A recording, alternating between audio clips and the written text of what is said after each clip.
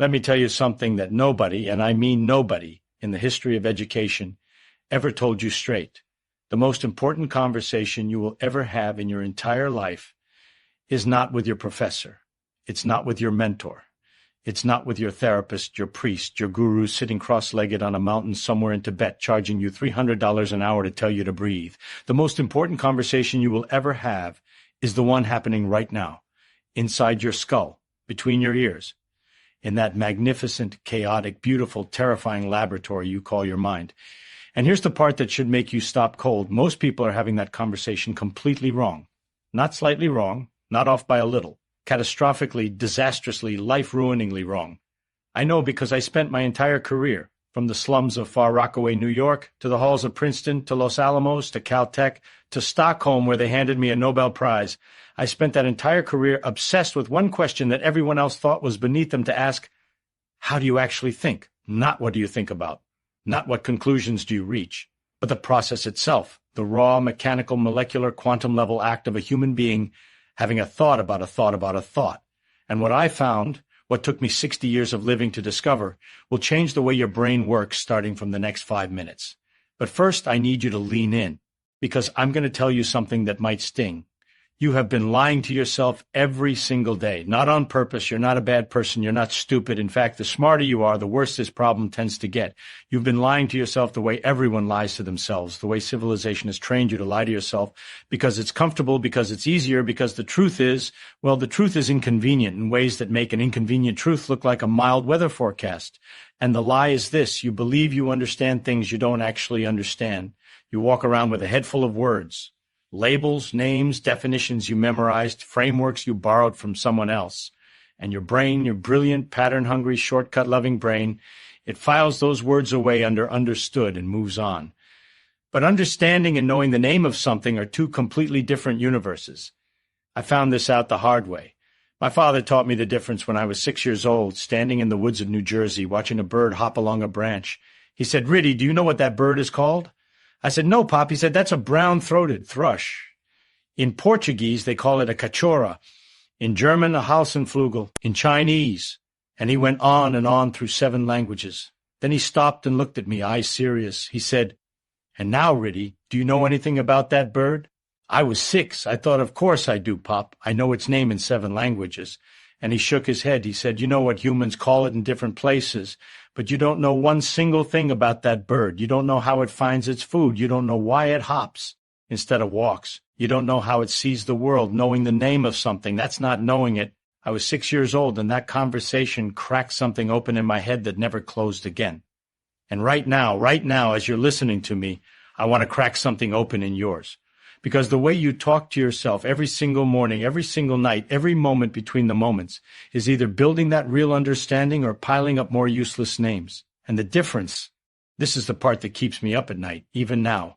The difference between those two paths isn't talent. It isn't IQ. It isn't your GPA or your zip code or whether you went to MIT or didn't finish high school. The difference is a method.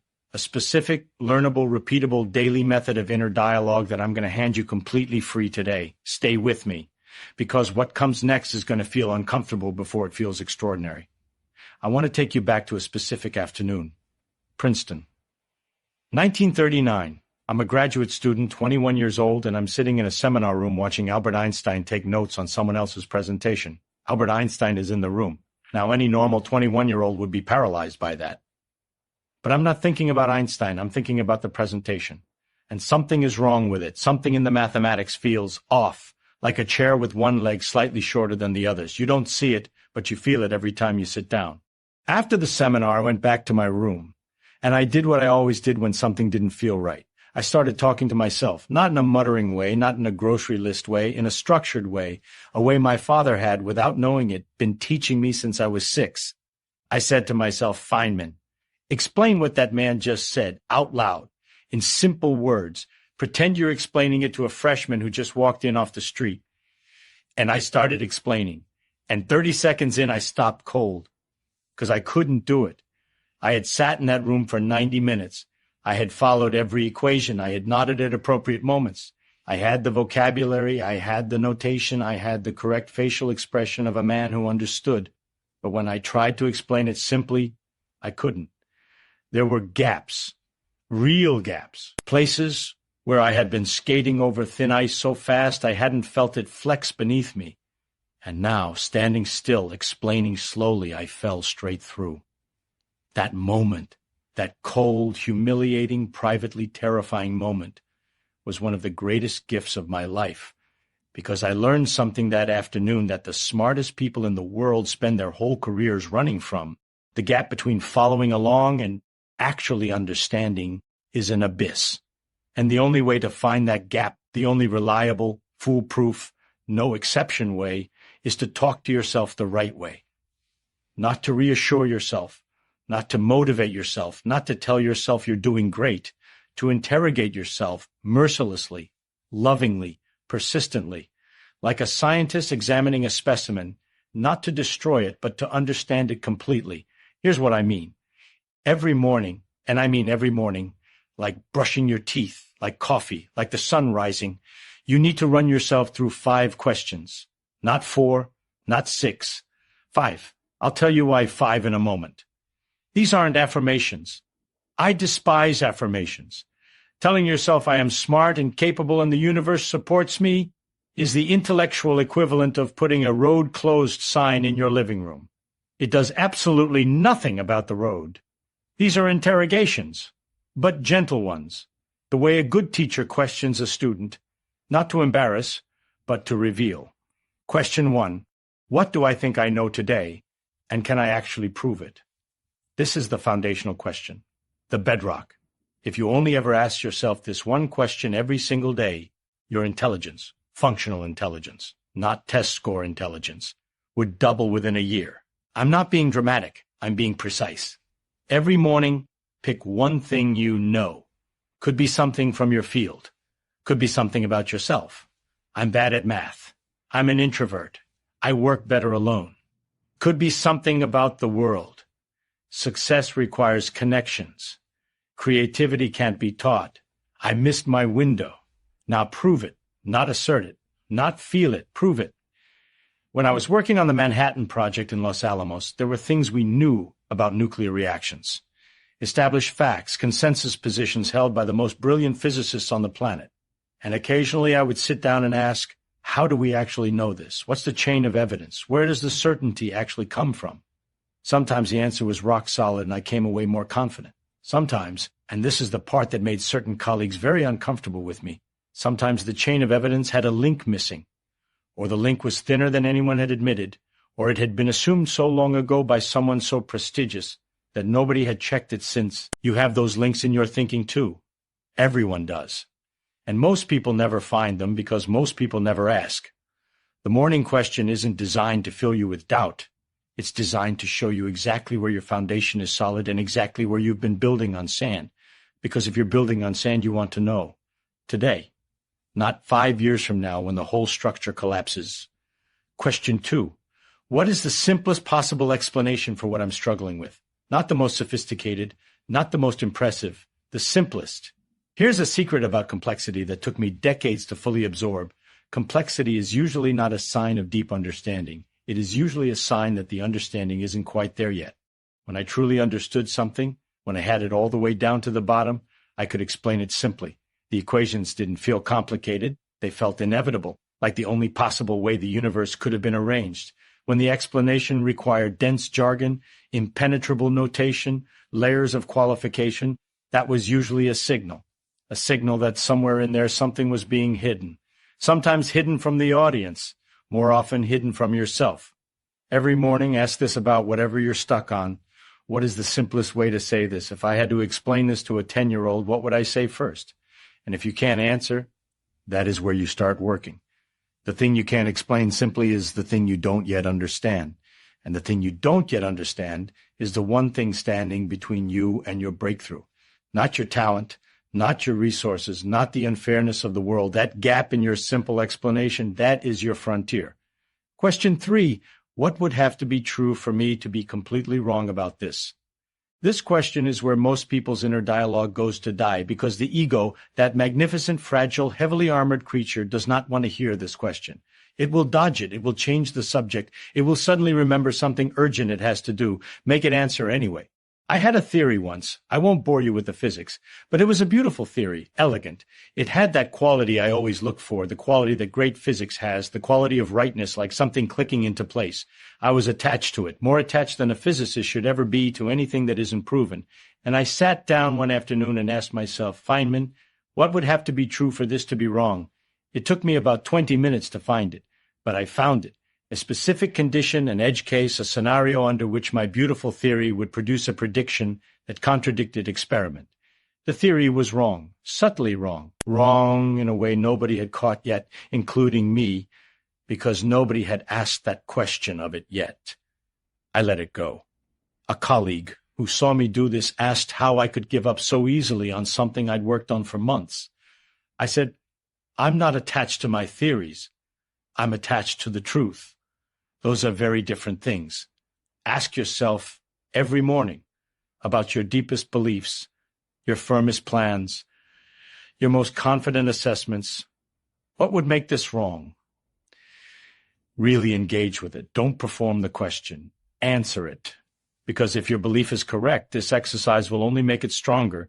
And if it's incorrect, you need to know your life is too short to navigate by a broken compass. Question 4. What don't I know that I should know? The known unknowns, the gaps you can see.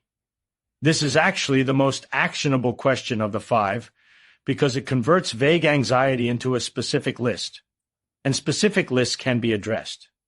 Most people experience their ignorance as a fog, a general oppressive sense that they don't know enough, that others know more, that they're perpetually behind. That fog is paralyzing. It's generalized. You can't fight fog. But if you ask yourself specifically every morning, in this area, in this problem, on this topic, what specifically do I not know that matters? The fog becomes individual water droplets. And individual water droplets you can deal with one at a time. When I joined the team at Los Alamos, I didn't know everything I needed to know. Nobody did. The entire project was operating at the frontier of human knowledge. So every morning I ran through my tasks and I asked, what specifically do I not know that I need to know to do this well today? And then I went and found out.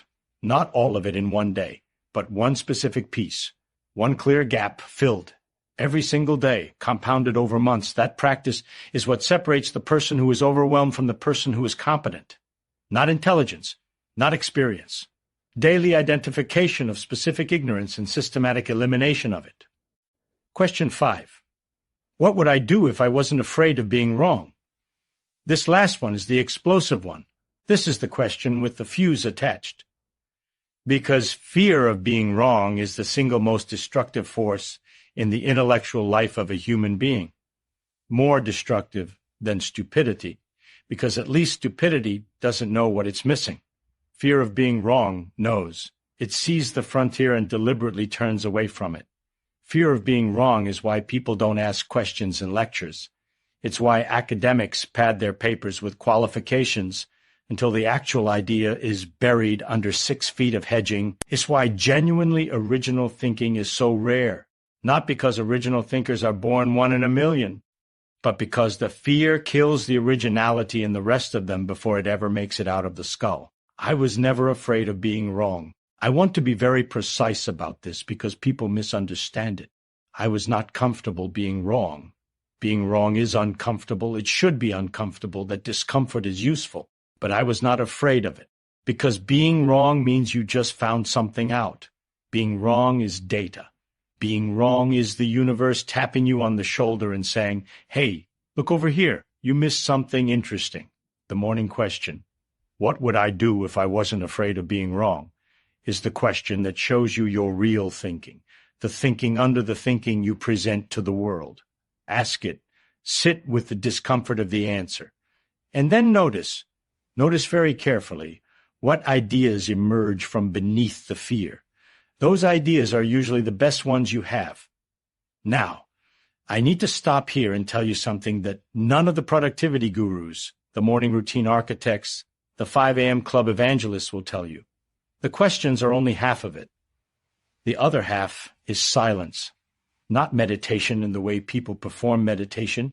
sitting in expensive clothing in a perfect room with ambient whale sounds. I mean the specific, structured, deliberate silence that follows a real question. When I ask myself a real question, not a rhetorical one, I stopped. I waited. I gave my mind time to actually search. Most people ask themselves questions and then immediately answer them. They don't give the question time to actually propagate through the system. They ask, why does this work? And before the brain has time to genuinely investigate, the mouth is already saying something that sounds like an answer. That's not thinking.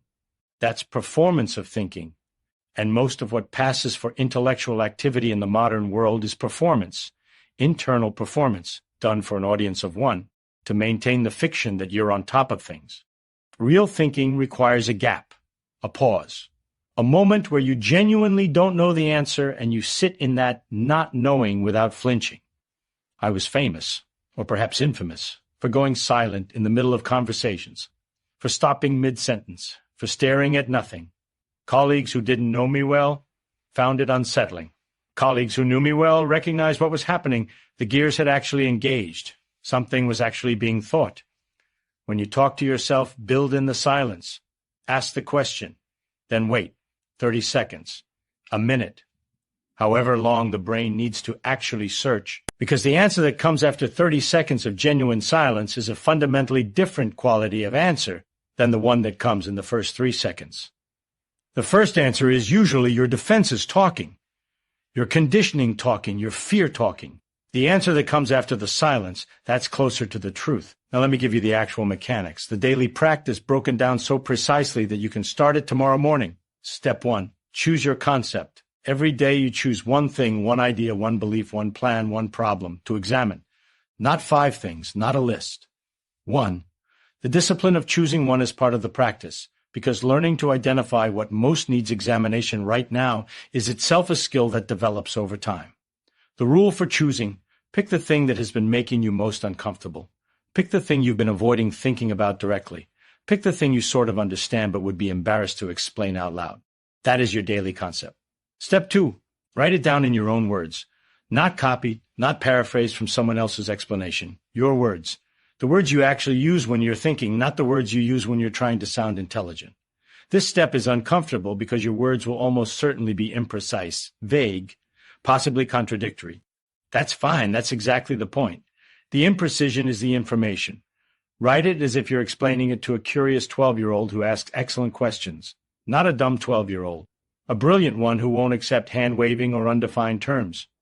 Step 3, find the gaps. Read what you wrote, slowly, critically, and look for the places where you used a technical term without knowing what it means, where you jumped from point A to point D without explaining B and C, where you said, and then it works, without explaining why it works, where you used a metaphor that doesn't quite fit, but that you're hoping nobody notices. Those are the gaps. Circle them. Underline them. Do not smooth them over with more words. Sit with them. Each gap is a specific research question. I said, and then it sorts itself out. How does it actually sort itself out? What is the mechanism? Who decided? What's the evidence? Step 4, go learn specifically what you don't know. Not generally, not tangentially. Specifically. This is where most self-education fails. People feel a gap and they go read broadly. They pick up a book, they watch a documentary, they fall into a Wikipedia labyrinth.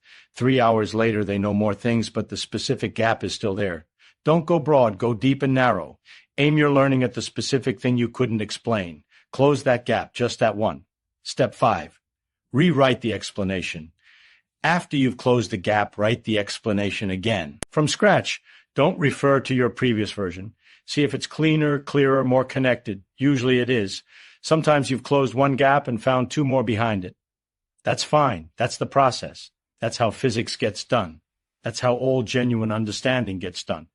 Step 6, say it out loud. This is the step that feels the most ridiculous and is the most important. Say your explanation out loud, to yourself, to a room, to your reflection, to your cat if the cat is available. There is something about vocalization, about actually hearing the words come out of your mouth and enter your ears, that is different neurologically from just thinking them. Things that seem solid in your mind develop wobbles when you speak them aloud. Connections that felt logical internally reveal themselves as assumptions when you have to actually produce them in sequence. Talk out loud. Do not skip this step. It feels foolish. It is essential. Here is where it gets uncomfortable. Here is where we enter territory that most self-help books, most motivational frameworks, most educational systems are too polite to go. The most powerful form of self-talk is not encouragement, it is argument. Not self-criticism, not negative self-talk, not that running commentary of you're not good enough, you're behind, you'll never figure this out. That's useless noise, static interference. That's your insecurities performing for themselves, and you should pay it no more attention than you'd pay a car alarm on a street you don't live on.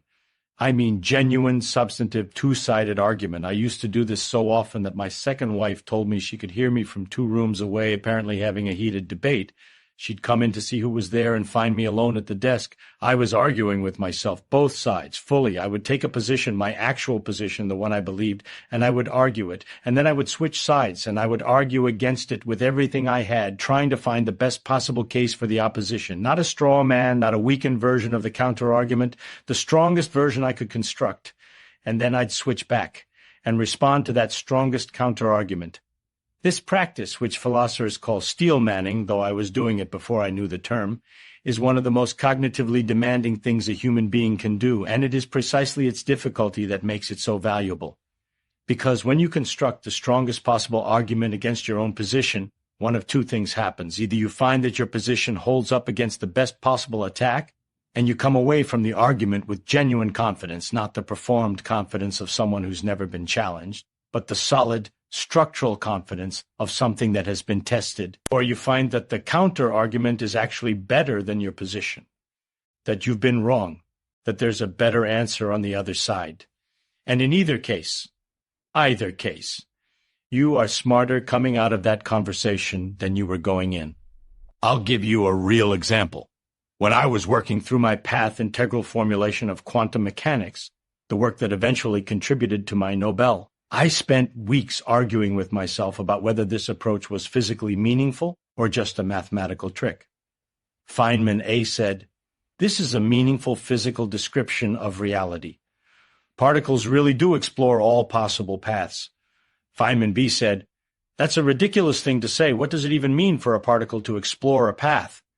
You're anthropomorphizing mathematics. This is just a calculational shortcut that happens to give right answers for reasons you don't fully understand." Feynman A had to respond to that, had to really respond to it, not dismiss it. And in responding to it, really engaging with that challenge, I understood my own theory more deeply than I had before. The argument clarified things that had been fuzzy. It forced precision where there had been vagueness. The argument made the theory better, and it made me better. Argue with yourself every day. Pick a real belief and attack it from the strongest possible angle you can construct. Then defend it. Then attack again. This is how Socrates became Socrates. This is how Darwin refined his theory of evolution. Darwin's notebooks are full of arguments with himself, but here's the problem with that, full of this observation seems to contradict what I just said, so how do I account for it? This is what thinking actually looks like from the inside. I want to tell you about a ritual. Every night, not every other night, not when I remembered, every night, before I went to sleep, I asked myself one question. Just one. What was the most interesting thing that confused me today? Not what did I accomplish, not what did I learn, not what was I productive. These are fine questions. They have their place. But they are not the question that kept my brain growing. The question was, what confused me? And then I would think about it. Not necessarily solve it. Sometimes you can't solve it in a night. Sometimes a confusion is a months-long project. But articulate it. Find the precise edges of the confusion. Describe it clearly enough that I could carry it into tomorrow. Here is the secret behind this question. Confusion is not a problem. Confusion is a signal. It is your brain telling you that you are at the frontier, at the edge of what you currently understand, looking out into territory that hasn't been mapped yet. Most people treat confusion as an emergency. They feel confused and they want the feeling to go away, and they will accept any answer at all, that relieves the discomfort, even a wrong answer, even a non-answer, just something that lets them stop feeling confused. I treated confusion as the most valuable thing in my day, because if I knew exactly what was confusing me, I knew exactly where to focus. I knew exactly where the interesting work was. The confusion was a compass. It always pointed at what mattered most. When I was at Caltech, students would sometimes come to me and say, Professor Feynman, I'm confused about this topic. And they would say it the way you might say, I have a fever. As a symptom, something to be cured. I would say, excellent. Tell me exactly what you're confused about. And they would say, well, I'm confused about quantum mechanics. All of quantum mechanics, I'd say. That seems like a lot of confusion. Can you narrow it down? What specifically confuses you? And they'd say, well, the wave function, all of the wave function. Well, what it represents, what it actually is, whether it's real or just a mathematical description. Now we're getting somewhere, I'd say. That is a beautiful confusion to have. That is a confusion that the greatest physicists in the world have. Let me tell you about that confusion. Notice what happened there. We went from, I'm confused about quantum mechanics, which is too big, too vague, too paralyzing to address, to, I'm confused about the physical reality of the wave function, which is specific, addressable, and in fact sits at the heart of one of the most fascinating ongoing debates in the philosophy of physics.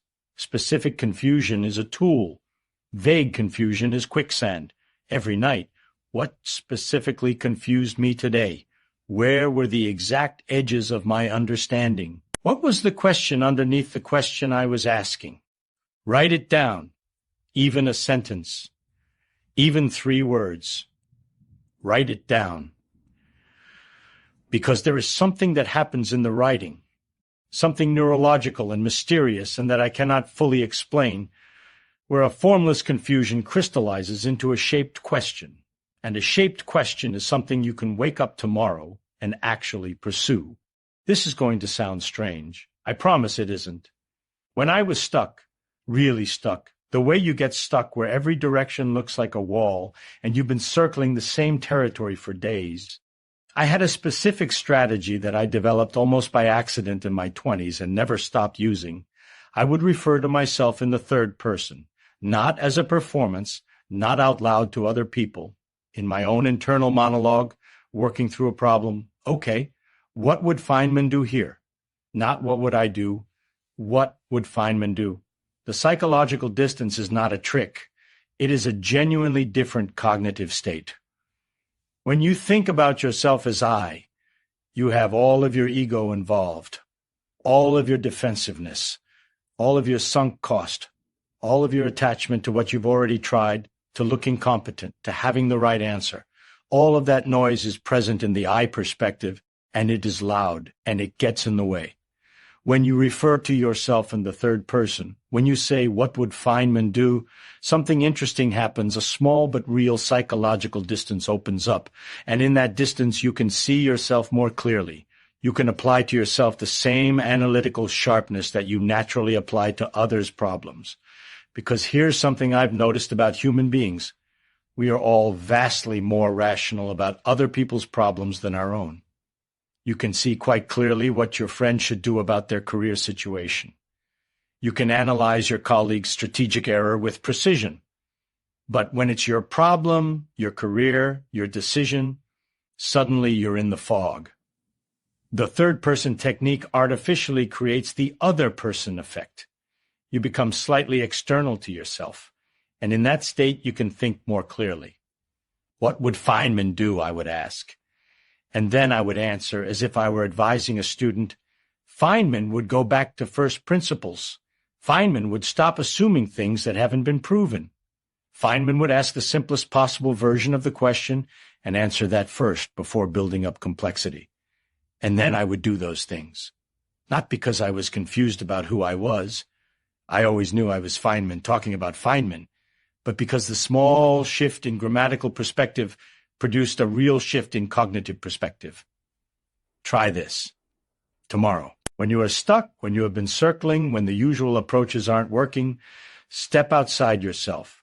Ask what the best version of you would do, not what you want to do, not what feels right, not what you've already tried. What would the sharpest, clearest, most courageous version of you, the one who isn't afraid, the one who isn't tired, the one who doesn't have an ego invested in the last 3 attempts, what would that person try? Then do that. I'm going to tell you something I rarely told people directly because it tends to get misunderstood, and misunderstanding it is worse than not knowing it at all. For about 30 years of my career, I kept a notebook. Not a research notebook. I had those too. A different kind, a private one. In that notebook, I didn't write conclusions. I wrote failed attempts. Every day or close to every day, I would write down something I had tried that didn't work, something I had thought that turned out to be wrong. A line of reasoning I had pursued for days or weeks before discovering it led nowhere. Colleagues occasionally saw the notebook and found it morbid. "Why do you keep a record of all your failures?" one asked me.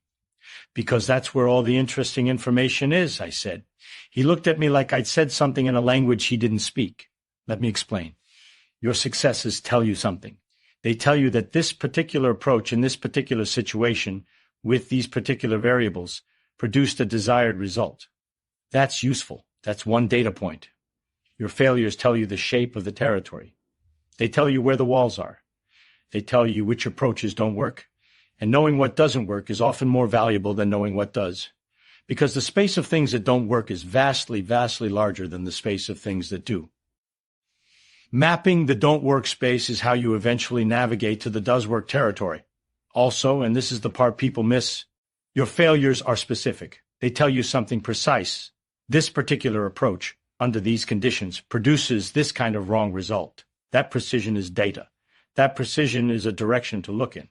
But here's the deeper reason for the notebook. Every night, when I wrote down a failed attempt, I had to describe it. I had to say, here is what I tried. Here is what I expected to happen. Here is what actually happened. Here is the gap between expectation and reality. That description, that forced articulation, is itself a form of self-dialogue. It's a nightly conversation with your own thinking. And what it does over time is make you more precise about the difference between what you're predicting and what is actually happening. Most people are not precise about this. They operate on feeling. They expected something different happened. They feel vaguely disappointed. They try something else.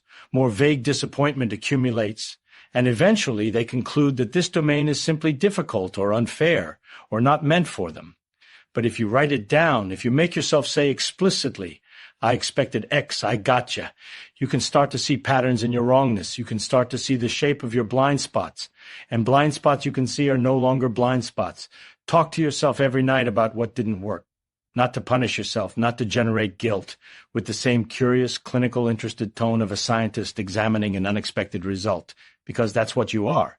You are a scientist examining your own cognition, and every unexpected result is information.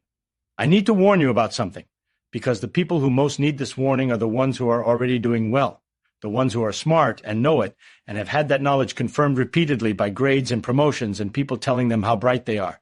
Those people are in the most danger. There is a specific pathology I observed in the very intelligent, a specific trap. I saw it at Princeton, I saw it at MIT, I saw it at Los Alamos, surrounded by the most brilliant scientific minds of the 20th century. I call it fluency, mistaken for understanding. Here's what happens. A smart person encounters a new concept. Because they are smart, they can follow the explanation, they can repeat it, they can deploy the vocabulary correctly. They can even make connections between this concept and other concepts they know, and their brain, their fast, pattern-hungry, efficiency-obsessed brain, registers all of this activity and says, understood, filed, moving on. But fluency is not understanding.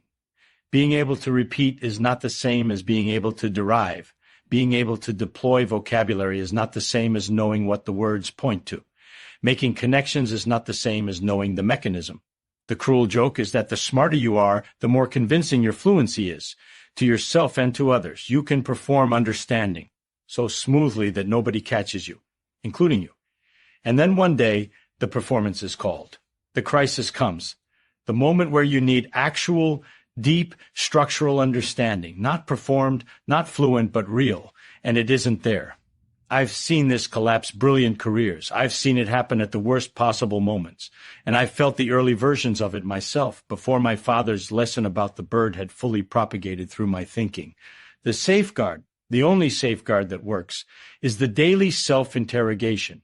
Because the daily interrogation doesn't care how fluent you sound. It cares whether you can derive it from scratch. It cares whether you can explain it simply. It cares whether you can find the gaps. The daily self-interrogation is the equalizer. It doesn't matter how smart you are. If you skip it, the gaps accumulate. And it doesn't matter how limited you think you are. If you do it consistently, the understanding builds. So if you're smart, especially if you're smart, don't skip this. The smarter you are, the easier it is to fool yourself, and the higher the price when the fooling catches up to you. I want to tell you about Los Alamos, not the physics, the human part. The part that stayed with me longer than the equations. We were building the atomic bomb. I was 25. Most of the people around me were the most accomplished scientists in the world, and they were all operating under a kind of controlled terror. The terror of urgency, the terror of what we were building, the terror that if we didn't build it first, someone else would. And in that environment, a very specific failure mode emerged. People stopped questioning themselves, not because they'd become arrogant, not because they were lazy, because the situation seemed too urgent for doubt. Every day felt like too important a day to slow down and interrogate your assumptions. Every hour of questioning seemed like an hour not spent on the actual work. And mistakes accumulated. Some were small. Some, in retrospect, were not small at all. I maintained my interrogation practice even there, even in that pressure cooker, maybe especially there. Because I had learned something that I believe more firmly than almost anything else I believe, the urgency of a situation is inversely related to your ability to afford sloppy thinking. The higher the stakes, the more important it is that your self-dialogue be rigorous, honest, and continuous. You cannot afford the comfort of unexamined assumptions when the consequences of being wrong are catastrophic. This applies to your life too. Whatever your equivalent of Los Alamos is, whatever the high-stakes, high-pressure environment is where you do your work, that is precisely where the temptation to skip self-examination is strongest, and precisely where it is most costly to do so. The busier you are, the more important 5 minutes of honest self-talk becomes. The more important the decision, the more essential it is to ask, what would have to be true for me to be completely wrong about this? The higher the pressure, the more you need the gap, the silence, the real question, the patient wait for the real answer. This is not soft wisdom, this is engineering. The structures that fail are the ones built on assumptions that were never examined. The reactions that go wrong are the ones where something was known that wasn't actually proven. Talk to yourself. Really talk, especially when you feel like there isn't time. I failed many times. I want to be very clear about this because the version of me that people remember is the Nobel version, the confident professor version, the man who gave lectures and cracked safes and played bongo drums and seemed permanently irritatingly self-assured. That version is real. But it was built on a foundation of spectacular, repeated, carefully examined failure. Experiments that didn't work. Ideas I was wrong about. Approaches that seemed brilliant right up until they definitively weren't. And in each of those moments, in each of those mornings after a failure became clear, I had a conversation with myself that I would like to give to you now. Not word for word, but in spirit. It went something like this. All right, Feynman, that didn't work. Let's be very clear about exactly why it didn't work. Not in general, specifically. What was the assumption that turned out to be wrong? Not bad luck, not circumstance. Which assumption? Because failure almost always traces back to an assumption. Some premise you were operating on that turned out not to be true. Find the assumption and you find the lesson. And the lesson is worth whatever the failure cost you. So the assumption was this, and it was wrong because of that. And the way I can tell it was wrong, the specific observable evidence that it was wrong, is this. And then, what does this tell me about the territory I'm working in? What does this wrong assumption reveal about the actual shape of things? Because a wrong assumption, correctly analyzed, tells you something true. It tells you what the truth isn't, and every boundary of what isn't true moves you closer to what is. And then, this is important, and then I moved on. Not suppressed it, not pretended it didn't happen, not added it to a pile of evidence that I wasn't good enough. I moved on, the analysis was done, the lesson was extracted, the assumption was updated. The next experiment was designed with that new information. Failure is only permanent if you treat it as an identity statement. I failed, therefore I am a failure. That's the thought that kills. The thought that builds is, I failed at this approach, which means this approach was based on a wrong assumption, which means I now know something I didn't know before about the actual structure of the problem. That's a gain, an uncomfortable gain, but a gain. Talk to yourself this way after failure, every time. Do not skip it. And do not let it become self-flagellation. Precise, clinical, then done. Extract, update, continue. I want to close with the one conversation I believe, above all others, has the power to change the trajectory of a life. Not the morning interrogation, not the evening reflection, not the argument or the third-person technique or the notebook of failures. This is something different. This is the conversation you have with yourself once, perhaps a few times, at turning points, about what you're actually for, not what you do, not what you're good at, not what pays well or what other people respect or what your parents wanted, what you are for. When I was 19 years old, I read some equations about electrical fields, and something happened in my chest that I can only describe as the feeling of the universe opening slightly, like a door ajar with extraordinary light coming from behind it. I genuinely physically felt that this was my direction, that this was where the interesting things were, that physics was not a subject but a territory, and I wanted to live in it. I told myself that night at 19 that no matter what happened, no matter what the practical pressures were, no matter what opportunities appeared elsewhere, no matter what, I was going to stay in that territory. I was going to follow that particular feeling of the universe opening. That conversation with myself, that commitment made to myself honestly, without performance, shaped everything that followed. Most people never have that conversation. They live by proximity, doing what's close to them, what's available, what they drifted into. They are carried by currents they didn't choose, and some of them are happy that way. I don't want to be romantic about intention as opposed to openness. But for the people who are not happy drifting, for the people who feel that persistent, low-grade wrongness, like a note slightly off-key that follows you everywhere, the thing that's missing is usually this conversation. Ask yourself, in your most honest voice, not the voice you use for interviews, not the voice you use with your parents, but the voice you use when nobody is listening, when it's 3 a.m. and you're completely alone with what you actually are. What is the thing that makes the universe feel like it's opening? Don't answer too fast. Don't be practical about it. Don't immediately start calculating whether it's viable or realistic or what other people will think. Just, what is the thing that produces that feeling? And then ask, am I moving toward it? And then ask, if not, what is actually stopping me? Not the surface reason, the real reason, the assumption underneath the surface reason. And then ask, what is the smallest possible step I could take today? One single step in the direction of that thing? Not the whole journey, not the plan. One step. Because here's the last thing I want to tell you, the thing that contains everything else I've said, the conversation I've been describing, this daily practice of honest, rigorous, compassionate self-dialogue is not a technique for becoming more productive. It's not a trick for getting more done or performing better on metrics. It is a practice of intellectual honesty with yourself. And intellectual honesty, real honesty, not performed honesty, not occasional honesty, but the daily, disciplined, uncomfortable practice of seeing clearly is the foundation of everything. Everything I ever figured out about physics, I figured out by being honest with myself about what I didn't know. Everything I built on a foundation of examined assumptions. Every mistake I recovered from by being precise about what went wrong and why. And the conversations, those daily, private, often inconclusive conversations with myself, those were the lab where it all happened, not the lecture halls, not the journals, not the Nobel ceremony in Stockholm. The lab was always between my ears, open 24 hours, permanent staff of 1. Your lab is 2. The equipment is already there. The method is what I've given you today. All you have to do is walk in, sit down, and start asking the right questions. I want to end where it began, with my father, with the bird. My father didn't know he was giving me the most important intellectual lesson of my life that day in the woods. He was just being my father, teaching me the way he knew how, precisely, honestly, without condescension. He died before I won the Nobel Prize, and I've thought many times about what he would have said.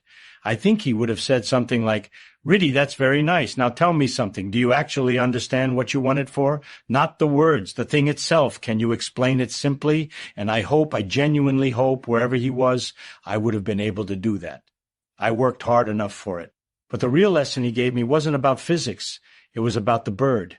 It was about the gap between the name and the thing, between the performance of understanding and the real thing, between knowing what people call something and knowing what it actually is. That gap is where I lived my entire career. In that gap, questioning, examining, explaining, failing, revising, questioning again. And what I want for you, what I genuinely, sincerely, non-performatively want for anyone who has listened this far, is that you find that gap in your own thinking. Find it. Don't be afraid of it. Don't patch it over with borrowed words and borrowed confidence. Sit in it. Talk to yourself about it. Ask the uncomfortable questions. Wait for the real answers. And keep going. The universe is under no obligation to make sense to you. But if you ask the right questions of yourself, every day, honestly, for as long as it takes, It will eventually, reluctantly, gloriously reveal a little more of how it works. That, I promise you, is worth every uncomfortable conversation you'll ever have with yourself. Now go, talk to yourself, like you mean it this time,